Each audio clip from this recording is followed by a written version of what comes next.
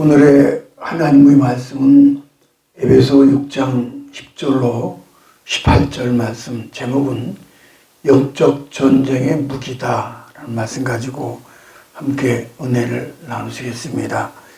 세계 역사를 보면은 전쟁이 없었던 시는 없었습니다. 이제 이 그림 보면 이거는 1차 세계대전, 2차 세계대전에 노르망디 상륙작전, 그 외에 보면은 이제 이 진주만 공격당한 그런 내용들, 또 육박전 벌어지는 일들, 내용이 나왔죠. 마지막에는 일본이 그 원자탄을 갖고서는 항복을 했죠. 이기면은 승전국이 되지만은 전쟁에 지면은 패전국이 되고 굴욕적인로 주권도 자유도 영토도 재산도 다 빼앗기고 맙니다. 이스라엘 역사를 보면은 수단 전쟁을 치루었습니다. 강대국으로 애굽, 바벨론, 아수르, 작은 부족 국가 가운데에는 블레셋, 아말렉, 미디안 등이 있었습니다. 그 옛날의 전쟁이 칼과 창으로 하던 전쟁이었죠. 우리가 잘 아시는 이거는 다윗과 골리앗의 전쟁이었죠. 블레셋의 장군 골리앗. 중요한 것은 이스라엘의 경우 하나님께서 함께 하시면 승리를 했고 하나님이 외면하시면 패배했다는 사실입니다. 다윗이 골리앗과 싸우면서 한 말입니다. 사무엘상 17장 47절에 보니까는 전쟁은 여호와께 속한 것인즉 그가 너희를 우리 손에 붙이시리라. 전쟁 가운데 가장 힘든 전쟁은 영적 전쟁입니다. 눈에 보이는 무기나 손에 잡히는 병기라는 것이 아닙니다.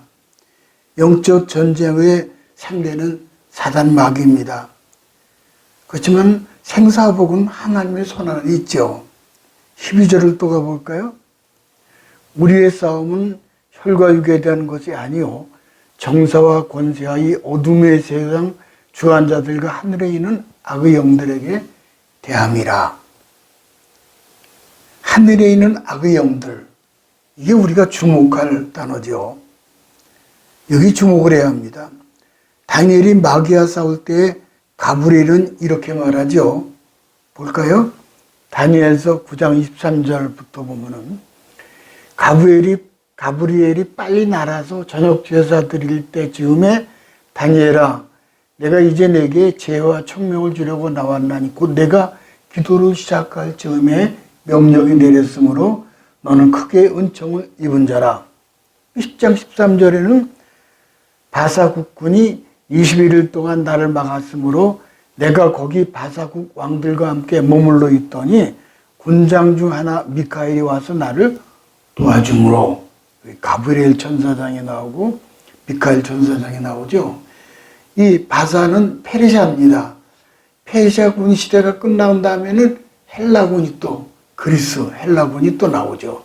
역사의 수레바퀴는 하나님이 굴려가시는 거예요. 그래서 세상사 이면에는 영적 전쟁을 이렇게 보여주고 있습니다. 다니엘이. 근데 이거는 이제 라파엘로 뭐 이런 분들이, 그림 잘 그리는 분들이 이제 미카엘 천사장이 마귀를 제압하는 장면을 그려서 이제 놨죠, 그렇게. 박효진 장로님이라는 분이 있습니다. 교동화로 근무하신 분이에요. 오랫동안. 근데 지금 하시면서 하나님이 고치지 못할 사람은 없다라는 책을 쓰셨습니다, 이분이. 박효진 장로님 이분이. 근데 이호송이라는 살인자는 가족 5명을 살해한 후 암매장한 살인사건이었지만은 이 장로님이 볼 때는 눈빛만 봐도 직감적으로 흉악범이 아니더라는 거예요. 5명 죽인 그 암매장 사건 유명하죠. 서울 장위동에 있었던 일. 근데 호성이에게 놀라운 사실을 이 장로님이 발견합니다. 살인을 저지르기 3일 전 그 호성이가 하는 말이 짐승 같기도 하고 한 형체가 흐느거리면서 쫓아다닌다는 거예요. 꿈속에 따라다니는 데까지, 꿈속까지도 따라다니는 미칠 지경이라는 거예요. 한 번은 호성이가 아버지에게 용돈 얻으러 갔는데 거절당했어요. 그 순간 악령이 신발장에 망치로 죽여라 그러더라는 거예요. 아, 참나. 그 명령에 부모 형과 형수 조카를 죽였죠. 경찰서 입구장에 갇혀 있는데 악마가 다시 나타나서 하는 말이 이제 네 차례다, 자살해라 그러더라는 거예요. 절대로 오늘은 넘기지 말아라. 러닝셔츠를 찢어 올가미 만드는 법, 창틀에 목을 매는 법까지 마치 TV 화면처럼 환하게 보여주더라는 거예요. 당연히 호성이는 예수 믿고 구원받고 마귀의 사슬에서 해방된 후 사형 선고를 받고 형장의 이슬로 사라졌죠. 오늘 읽은 본문은 사도 바울께서 영적 전쟁에 이기려면은 어떠한 무장을 갖춰야 하는지를 우리에게 가르쳐주고 있습니다. 첫 번째는 진리로 허리띠를 띠라는 겁니다. 14절 가볼까요? 우리의 씨름은 혈과 육을 상대하는 것이 아니요 통치자들과 권세들과 이 어둠의 세상의 중화자들과 하늘에 있는 악의 영들을 상대함이라. 하나님의 전신갑주를 취하라. 그런즉 서서 진리로 너희 허리띠를 띠고 그랬어요. 여기 전신갑주라는 말은 헬라어로 파노블리아라는 말을 쓰는데 중무장한 보병이 공격과 방어를 위해서 완전 무장을 하는 것입니다. 이런 모습이죠. 이제 로마 군병. 영적 전쟁에서 진리의 허리띠가 중요한 무장입니다. 사람들은 체력 단련하거나 심신 단련을 해서 마귀와 싸우러 가지만은 그런 것은 눈 하나 깜짝하지 않습니다. 이유는 우리의 씨름은 혈과 육이 아니기 때문입니다. 진리는 창세기로부터 요한계시록까지 기록된 하나님 말씀이에요. 마귀는 환경과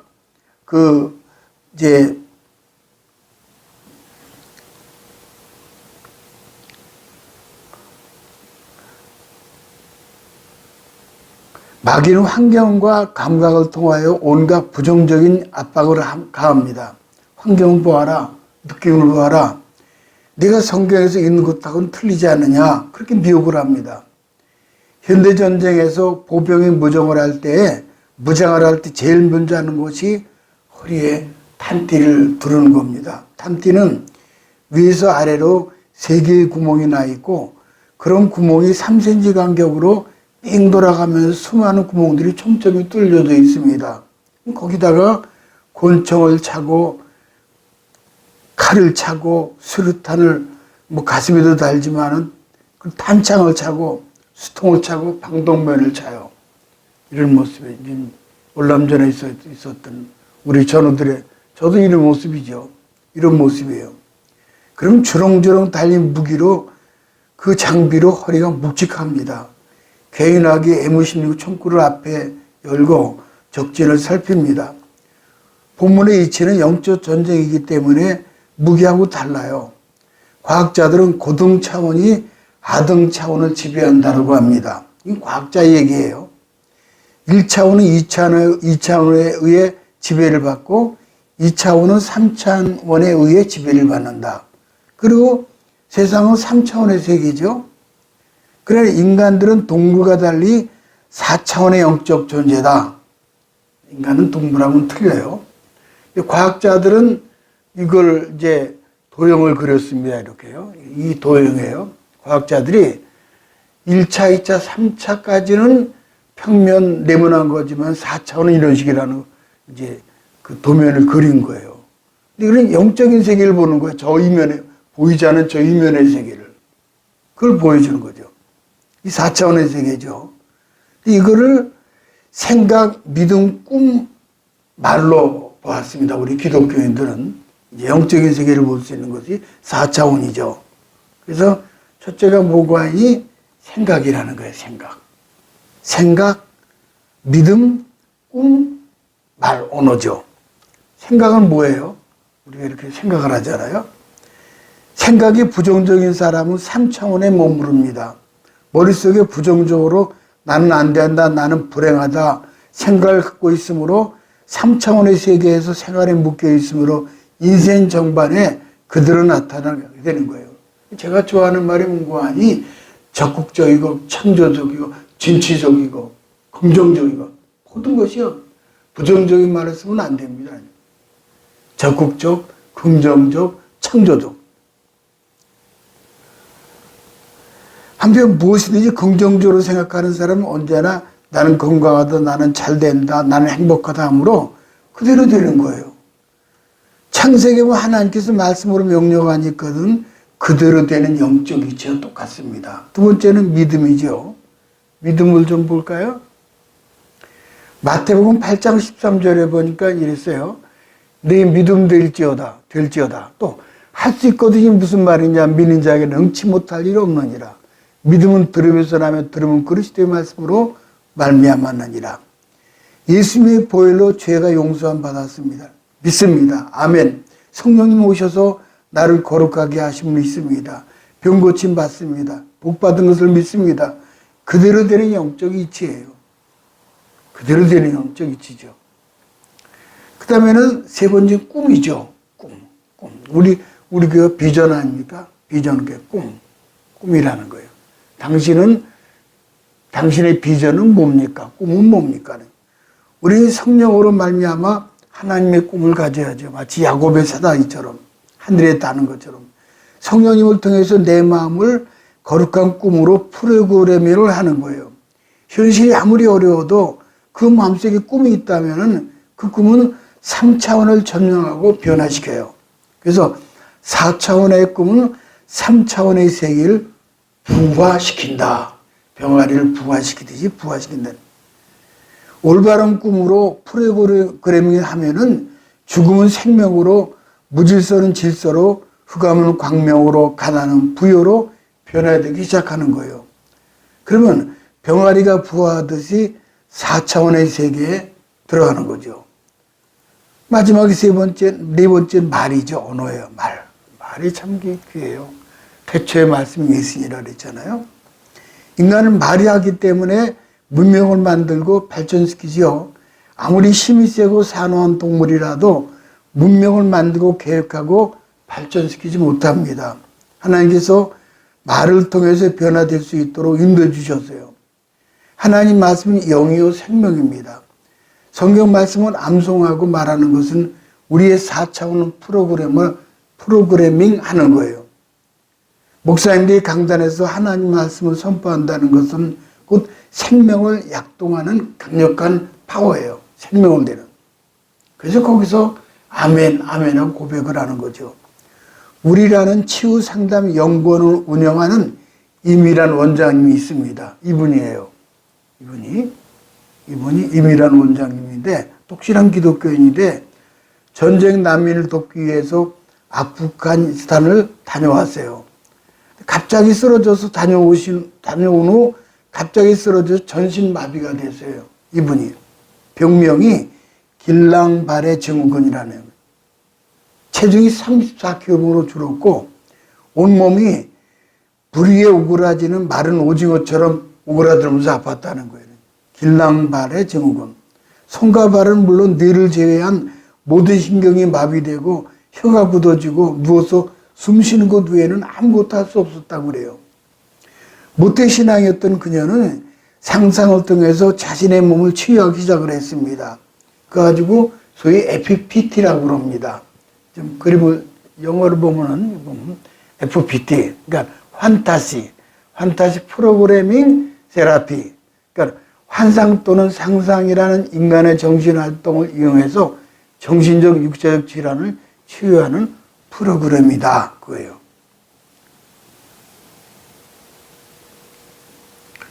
근데 의학적으로 보면 절망이지만은 긍정적인 믿음을 가졌습니다. 몸이 정상으로 돌아오는 것을 침상에 두어서 그리는 거예요. 상상한 거예요. 뇌에서 각종 좋은 호르몬이 나와서 온몸으로 퍼져 가는 것을, 그리고 질병의 원인을 잡아먹는 것을 상상하는 거예요. 내 몸을 마비시키는 바이러스는 죽고 신경은 살아날 것이다. 나는 다리에 힘이 생겨 걸어 다닐 수 있다. 웃고 힘차게 뛰어다니며 많은 사람들과 함께 행복하게 살 수 있다. 이와 같이 마음의 상상에 치료를 한 겁니다. 보통 사람들은 뭐 이런 게 다 있어 그렇게 말하지만은 그렇지만은 성경 말씀은 그렇지 않아요. 근데 이때 이분이 치료받은 부분을 조영기 목사님이 설교에 인용을 하셨어요. 조영기 목사님이. 이제 이 조영기 목사 4차원의 영성. 바로 4차원의 영성, 생각, 믿음, 말을 사용했다는 거예요. 이분이. 그러한 삶을 한 2년간 계속 가는데 주변 사람이 다 쓸 때는 가지 말아라. 너는 이제 버림받았다. 희망이 없다. 그녀는 절망하지 않고 4차원의 영성을 실천했습니다. 그러죠. 2년 만에 깨끗이 낫게 된 겁니다. 마귀와의 영적 전쟁을 승리하기 위해서는 진리의 허리띠를 띠고 마귀는 그러면은 한 길로 왔다 7길로 퇴각하는 그런 모습을 우리가 경험하게 되는 거죠. FPT. 이거 참 귀한 말씀이에요. 이 4차원을 실천한 분이에요. 이분이.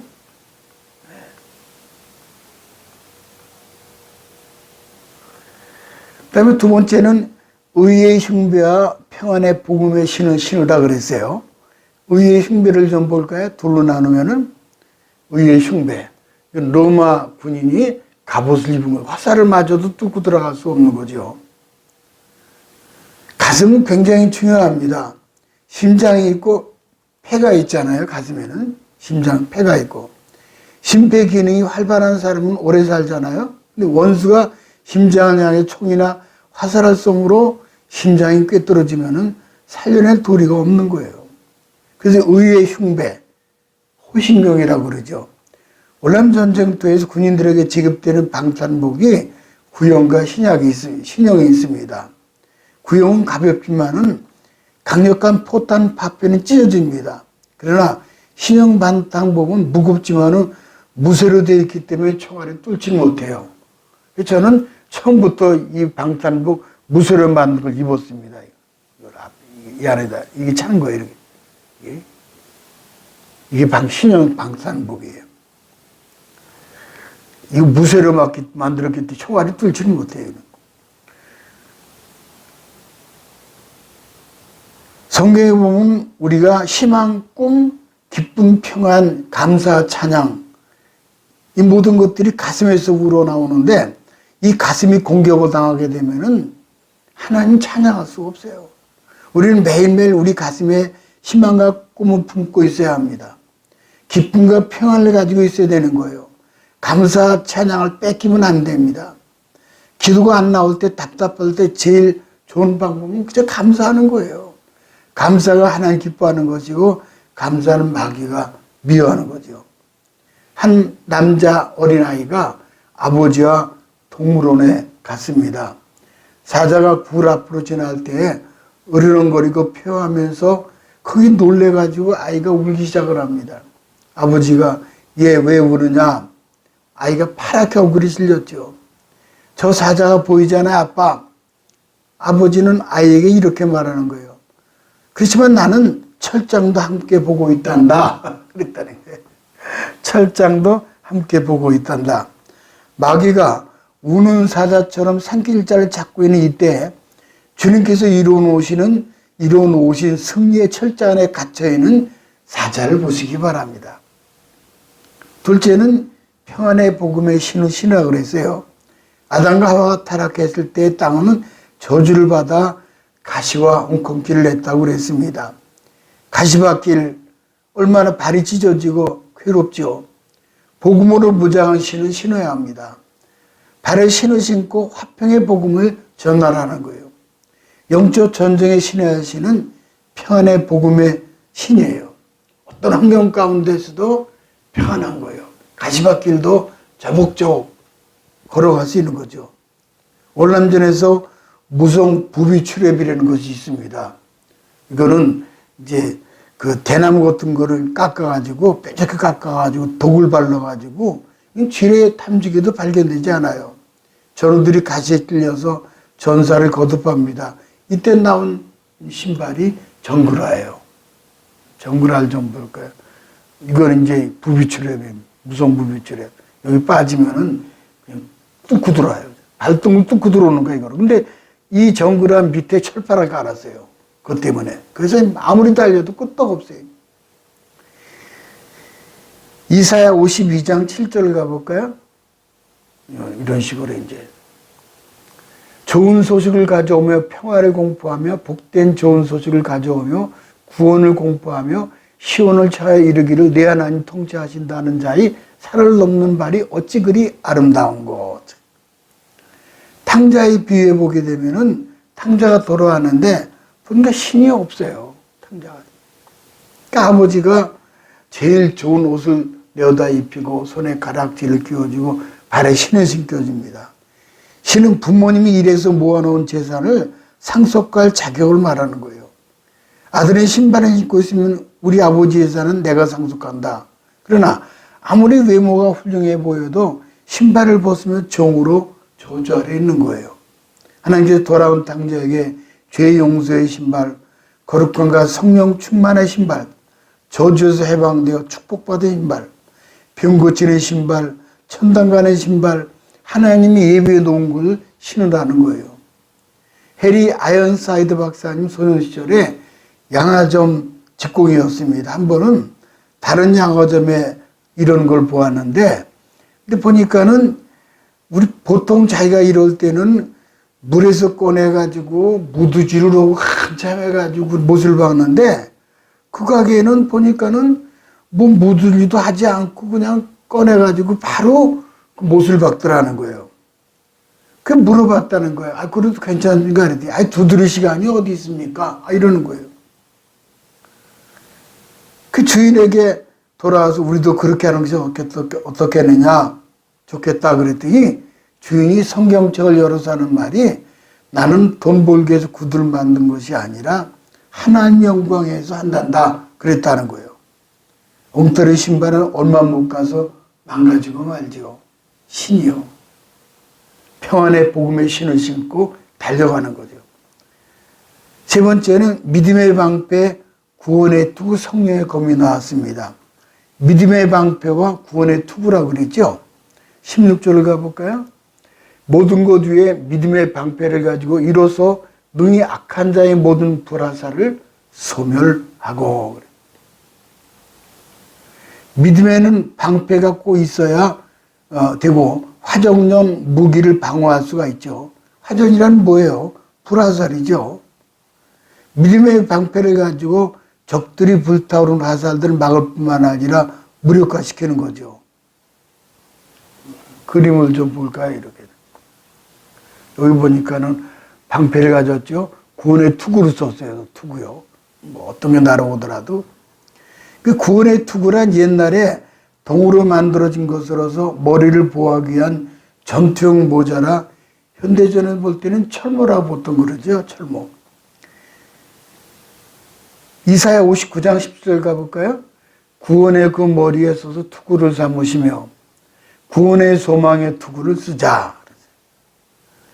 즉 그리스도의 군사는 이 머리에 구원의 확신의 투구를 쓰고 있는 거예요. 구원의 확신. 어떤 환경 가운데 내가 하나님 앞에 가는 것이다. 사단 마귀를 정복하고 승리하는 거죠. 현대전에서 보병이 머리를 보호하는 것이 철모인데 이중으로 안에는 화이바가 있고 밖에는 새로 된 철모를 씁니다. 아주 묵직합니다.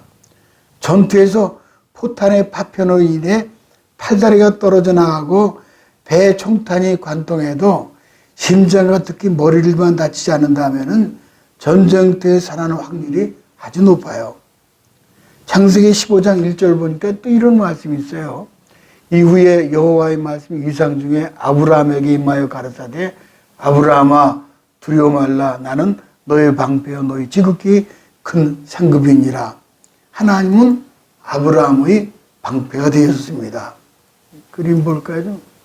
방패 뿐만 아니라 지금 모든 믿는 자의 방패가 되셔요. 하나님께서는 자신에게 사랑하는 백성이 고통 중에 있거나 위기를 처해 있을 때 인간이 예상할 수 없는 방법으로 그를 도우사 피할 길을 내주시는 거예요. 방패로 막아주셔요. 프랑스 국민들은 러시아군이 공격해 들어와서 물자를 탈취하고 살육을 저지르지 않을까 하는 마음의 두려움과 공포 속에 떨고 있었습니다. 이때 하나님을 잘 믿는 그 프랑스 할머니 한 분이 담대하게 이렇게 기도를 하는 거예요. 하나님, 우리의 방패가 되사 러시아군의 형포로부터 보호해 주세요. 동네 사람은 그거 그렇게 될 일이냐. 할머니가 기도한 내용을 들은 주위 사람들은 비웃었습니다. 그리고 할머니의 손자까지도 할머니, 하나님께서 어떻게 우리의 방패고 달라고 합니까? 그건 무슨 뜻이에요? 너도 이제 곧 하나님께서 우리에게 어떤 방법으로 역사하신가를 보게 될 거다. 그분은 친히 우리의 방패가 되신다. 이 어려움 속에 우리를 도와줄 것이다. 할머니가 그렇게 기도하고 이제 잠자리에 들어섰습니다. 러시아군이 할머니가 사는 동네 앞을 행진하면서 통과하게 된다는 소식이 전해졌습니다. 그러나 할머니는 하나님께서 보호해 주실 것을 믿으며 간절한 마음으로 기도하고 잠자리에 들었습니다. 놀라운 일이 생겼어요. 할머니가 사는 마을에 폭설이 내린 거예요. 폭설이. 이 그림 좀 보세요. 폭설이 내렸어요. 하나님께서 천군 천사와 자연을 동원해서 폭설을 내리셨으므로 러시아군은 볼 수가 없는 거 그냥 지나쳐버리고 말았다는 거예요. 춥고 지쳐있는 러시아 군인들이 동네가 있었다는 사실을 알았다면 살육이 불보듯이 뻔한 겁니다. 하나님께서 방패로 막아주셨던 거죠. 할머니가 했던 것은 기도뿐이었습니다. 아브라함의 방패요, 나의 방패신 하나님 지켜주세요. 그랬더니 눈을 내려주신 겁니다. 그 다음에는요, 성령의 검이 나오죠. 17절 가볼까요? 17절. 성령의 검 곧 하나님 말씀을 가지라 그랬어요. 자, 성령의 말씀의 검을 가지고 마귀를 이기는데 그 말씀의 검을 글라디우스 검이라고 합니다. 글라디우스 검.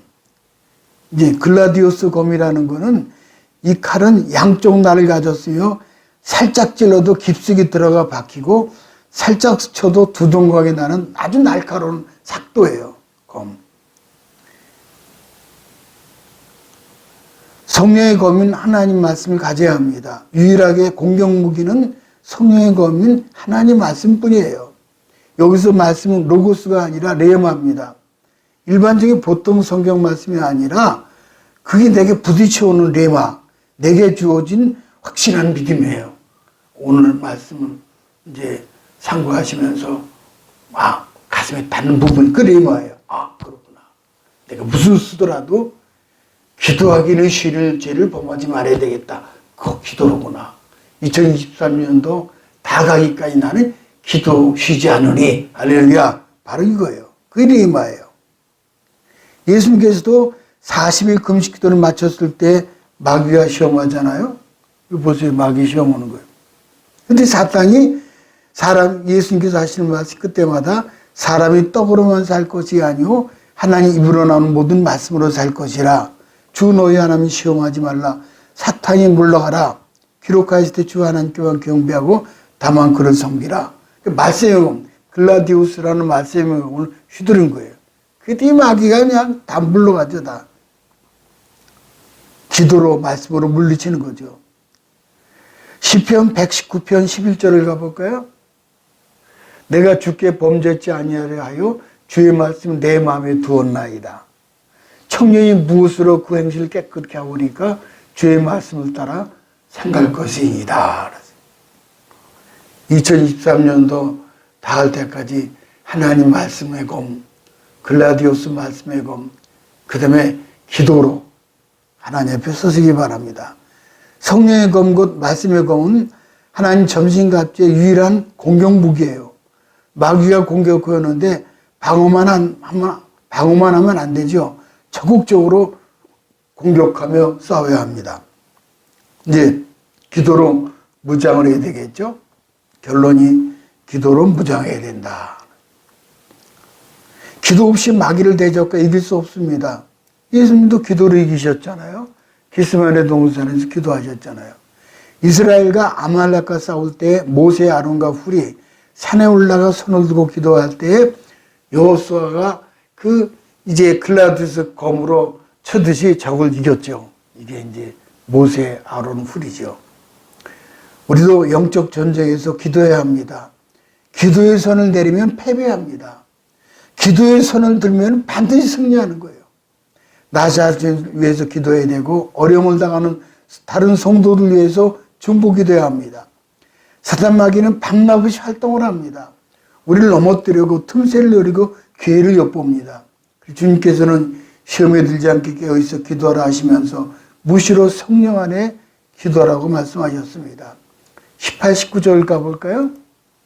여러 성도를 위하여 기도하며 나를 위하여 기도하여 복음의 비밀을 담대히 알게 하라. 이렇게 기도가 귀해요.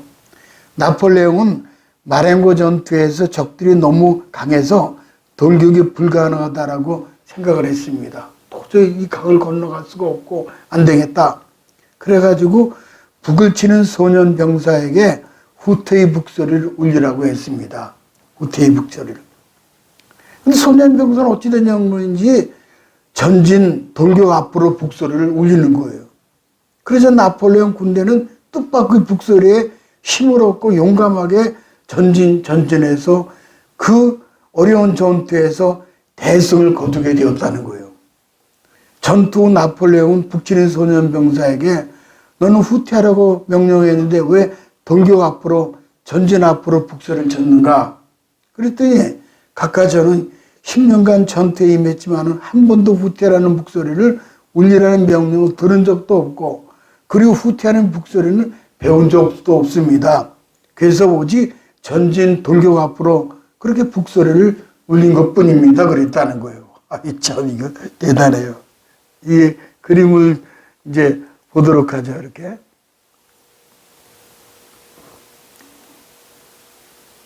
이 그림에 이렇게. 그러면은 그날의 이제 북소리를 좀 들어보도록 하겠습니다. 좀 다른 건 되지만 현대적으로 해서 다르지만은 보겠습니다.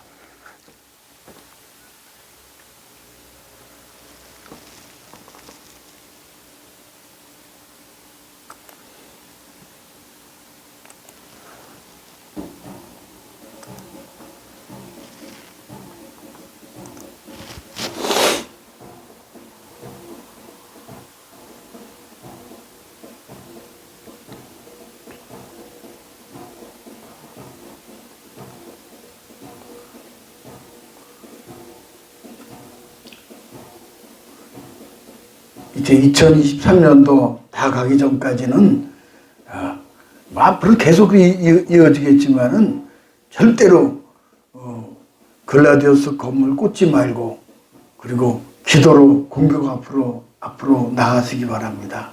후퇴는 없습니다. 앞으로 전진입니다. 이 말씀 가지고 다 같이 기도하는 시간을 갖습니다.